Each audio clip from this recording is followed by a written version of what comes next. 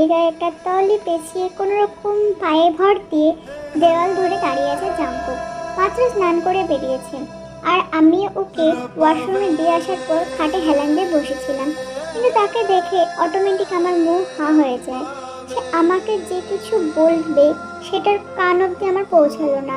পৌঁছাবে কি করে? সামনে এত একটা হ্যান্ডসাম সিক্স প্যাকওয়ালা বডিওয়ালা ছেলেকে দেখলে হোস থাকে? তাও মানুষ যদি হয় নিজের স্বামী। জাঙ্কুক জোরেই বলে উঠলো, আরে তে, আমাকে তুমি পরেও দেখার সুযোগ পাবে। আমি কোথাও পালাচ্ছি না, এখন একটু হেল্প করো না প্লিজ। তার কথা শুনে কিছুটা লজ্জা পেলাম। তারপর তার কাছ থেকে চলে গেলাম হেল্প করতে। কিন্তু এখন হয়েছে আরেক ঝামেলা। তার এই অবস্থায় আমার হাত কিছুতেই তার শরীরে রাখতে পারছি না। একবার ধরতে যাচ্ছি তো আরেকবার পিছিয়ে আসছি। এভাবে কি কাউকে ধরা যায়? উফ! সে আবারও বলল, আরে আমি সারা জীবন কি এখানে দাঁড়িয়ে থাকবো নাকি? আরে তো লজ্জা পাওয়ার কি আছে শুনি? আমাকে কি তুমি আজকে প্রথম দেখছো? তো থাকুন না এভাবে দাঁড়িয়ে, কে মানা করেছে আপনাকে? হ্যাঁ। এবার লজ্জার শরমের মাথা খেয়ে তাকে ধরে খাটে নিয়ে বসালাম। তারপর লাগেজ থেকে একটা টি শার্ট আর একটা ট্রাউজার বের করে সামনে রেখে বললাম, নিন, আমার কাজ শেষ, আমি আর কিচ্ছু করতে পারবো না। সে বলল, সোনা, আর একটু কষ্ট করো প্লিজ, যখন এতখানি করলে জামাটা একটু পরিয়ে দাও। এই দেখো, আমি কিন্তু ওই দিন শাড়ি পরিয়ে দিয়েছিলাম তোমাকে, মনে আছে? তো আজকে শোধবোধ করে দাও। খোটা দিচ্ছেন? এ মা, কি বলো তুমি? তোমাকে খোটা দিতে পারি বলো? হ্যাঁ, আমি পারবো না। আমি জানি এটা আপনি নিজেই করে নিতে পারবেন। বলে যে আমি পিছন ফিরে আসতে যাব, অমনি সে আমার এক হাত ধরে আচমকাই টান মারল। তাল সামলাতে না পেরে সোজা জাঙ্কুককে নিয়ে খাটের উপর পড়ে গেলাম। সে আমার কোমর জড়িয়ে ধরে এক দৃষ্টিতে আমার দিকে তাকিয়ে আছে। আমি তার থেকে নিজেকে ছাড়ানোর ক্রমাগত চেষ্টা করে যাচ্ছি। আমি বুঝি না এই জখম হওয়া হাত পা নিয়ে এই পেটে এত তেজ কোথা থেকে আসে। ছোটাতেই পারছি না। তার দিকে ভালো করে খেয়াল করে দেখি সে আমার ঠোঁটের দিকে নজর দিয়েছে। আমি রেগে বলে উঠলাম, জাঙ্কুক, ছাড়ুন আমাকে। আপনার সাথে একটু ভালো ব্যবহার করেছি বলে ভাববেন না আমি আপনাকে ক্ষমা করে দিয়েছি। আপনাকে আমি। আর কিছু বলার আগে আমার ঠোঁটে আমি নরম কিছু ছোঁয়া অনুভব করলাম। হ্যাঁ, জাঙ্কুক আমার চুলের ভিতর হাত ঢুকিয়ে শক্ত করে ধরে উন্মাদের মতো কিস করে চলেছে।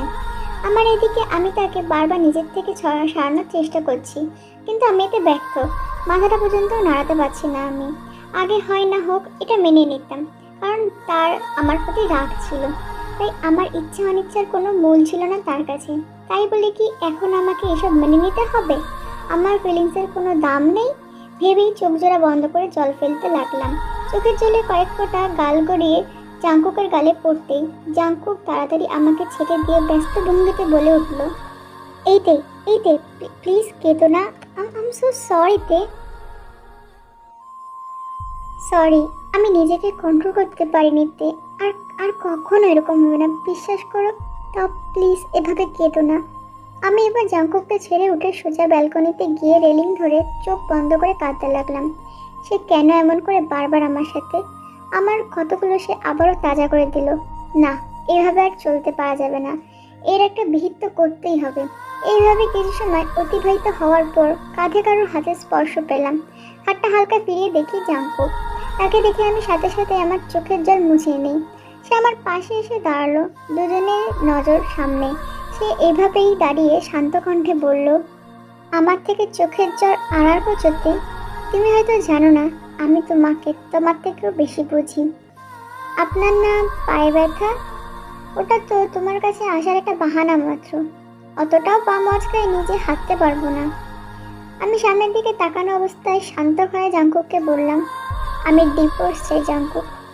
আমার কথা শুনে সে তৎক্ষণাৎ আমার দিকে ফিরে তাকালো। হয়তো বড়সড় একটা ধাক্কা খেয়েছে সে। আমার কাছ থেকে এমন কিছু শুনবে হয়তো সে আশা করেনি।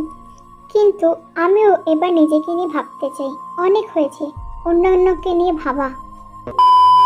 আমার মুখে ডিভোর্সের কথা শুনে জাঙ্কুক কিছুক্ষণ চুপ করে দাঁড়িয়ে থাকলো। পর মুহূর্তে চোখ মুখ শক্ত করে আমার হাতের একটা বাহু টান দিয়ে নিজের দিকে ঘোরালো।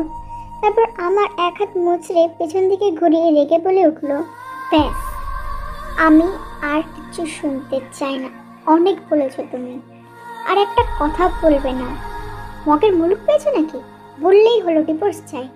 আর একটা ভুল করেছি বলে এর জন্য আমি ক্ষমাও চেয়েছি তোমার কাছে। কি কথা হয়েছিল আমার সাথে তোমার? তুমি আমাকে যা খুশি শাস্তি দেবে কিন্তু কখনো ছেড়ে যাবে না, এই তো? তাহলে কিসের ডিভোর্সের কথা বলছো? দেবো না, দেবো না আমি তোমার ডিভোর্স। দরকার পড়লে তোমার হাত পা ভেঙে সারা জীবন নিজের কাছে রেখে দেবো, তবুও নিজের থেকে দূরে যেতে দেবো না। বুঝতে পেরেছো তুমি? জাঙ্কুক, আমি হাতে ব্যথা পাচ্ছি, ছাড়ুন। ও, ব্যথা পাচ্ছ তুমি? আরে তুমি ব্যথা পাচ্ছ, এটা মানলাম না ঠিক। আর আমি যে দিনের পর দিন ভিতরে ভিতরে অনুশোচনার আগুনে পুড়ে পড়ছি, সেটা তোমার চোখে পড়ে না? আরে মানুষ মাত্রই ভুল হয়, তাই বলে কি তাকে ক্ষমা করা যায় না? তোমার সাহস কি করে হয় আমার সামনে ডিভোর্সের কথা বলা? জাঙ্কুক, সত্যি আমার হাতে লাগছে, ছাড়ুন। এবার ঝাড়ি মেরে আমার হাতটা ছেড়ে পাশে ফিরে রেগে চিৎকার করে সজলের দেওয়ালে একটা ঘুষি মারলো। আমি এদিকে রেলিংয়ে পিঠ ঘেঁষে দাঁড়িয়ে কাঁদতে কাঁদতে ধপ করে নিচে বসে পড়লাম আর বললাম, আমি কি করবো যাবো? আপনি একবার বলুন। না পারছি আপনাকে ক্ষমা করতে, না পারছি আপনাকে কাছে টেনে নিতে। এভাবে কি থাকা সম্ভব? আমি খুব ক্লান্ত জানবো, আর পাচ্ছি না, আমি আর পাচ্ছি না। একসময় নিজের দুই গালে কারোর হাতের আলতা স্পর্শে তাকিয়ে দেখি জাঙ্কুক আমার সামনে হাঁটু বেড়ে বসে আছে। সে মৃদুস্বরে বলে উঠল, দেখোতে, যা হওয়ার হয়ে গেছে। মানুষ চেষ্টা করলে কি না পারে। তোমারও উচিত পিছনে সব কিছু ভুলে আমাদের সম্পর্কটাকে সুযোগ দেওয়ার। প্লিজ আমাকে ছেড়ে যাওয়ার কথা একবারও ভেবো না। আমি মরে যাব তোমাকে ছাড়া। আর তুমি তুমি যতই আমাকে শাস্তি দাও আমি মাথা পেতে মেনে নেব, কিন্তু প্লিজ আমাকে ছেড়ে যেও না। কারণ তোমাকে ছাড়া আমি তিলে তিলে শেষ হয়ে যাব। তিলে তিলে মরার চেয়ে তুমি বরং আমাকে একেবারে মেরে তারপরে তুমি যেও। আমি তার কথা শুনে তাকে শক্ত করে জড়িয়ে ধরলাম। মনে হচ্ছে আমার বুকে কেউ ক্রমাগত ছুরি চালিয়ে দিচ্ছে।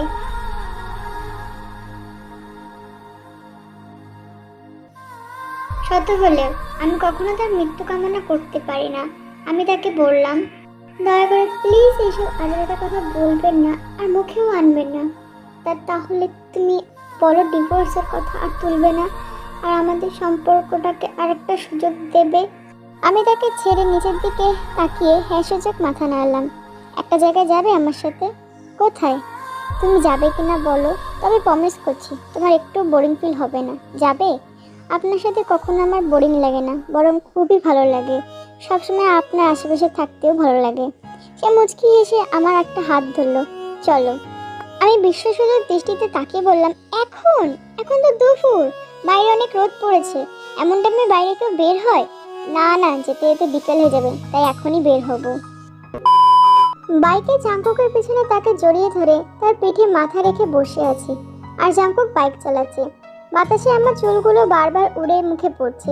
খারাপ লাগছে না, বরং খুব ভালোই লাগছে প্রিয় মানুষটার সাথে এভাবে থাকতে। বাইকটা বাড়ির পিছনে গ্যারেজেই ছিল, কিন্তু কোথা থেকে আসলো জানি না। তারই হবে হয়তো। আচ্ছা, একবার কি জিজ্ঞেস করবো বাইকটা এখানে কেন? সে তো এখানে থাকে না, তাহলে এখানে খামোকা ফেলে রেখেছে কেন? এইসব পাশ্চাত ভাবতে ভাবতে তার পিঠে মাথা তুলে জিজ্ঞেস করতে গেলেই থেমে গেলাম। না থাক, এখন না, পরে জিজ্ঞেস করবো। তাছাড়া বাইক চলাকালীন অবস্থায় বাতাসের শব্দে কিছুই শোনা যাবে না, আর শুনতে সমস্যা হবে। প্রায় অনেকক্ষণ পর একটা জায়গায় এসে বাইক থামলো। বাইক থেকে নেমে যেটুকু বুঝতে পারলাম, এটা একটা নদীর কাছে এসেছি। জায়গাটা খুব সুন্দর, হালকা বাতাস, কিছু দূরে কাশফুল দুলছে, জলের কলকল শব্দ।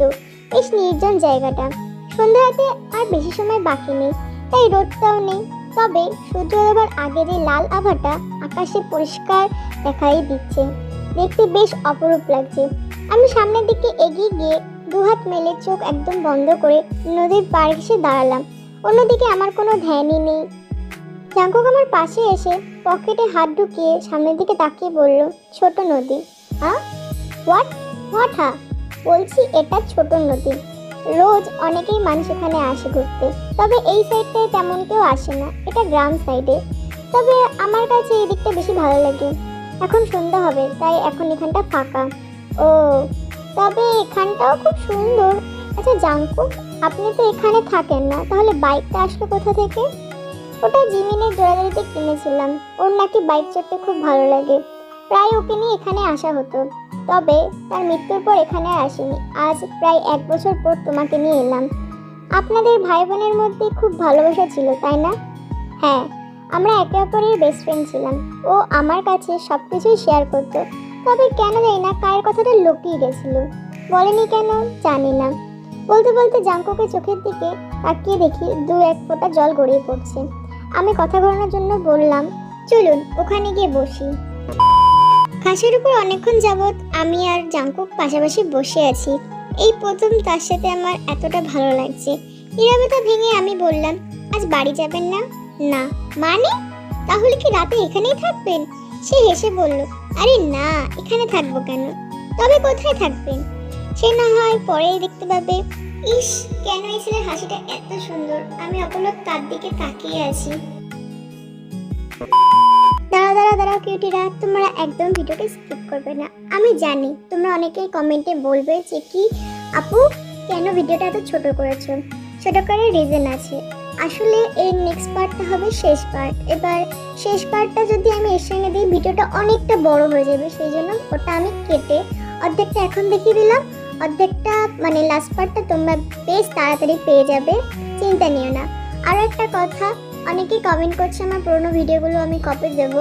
আমি আগেও কমিউনিটিতে জানিয়ে দিয়েছিলাম যে আমি কবে দেবো।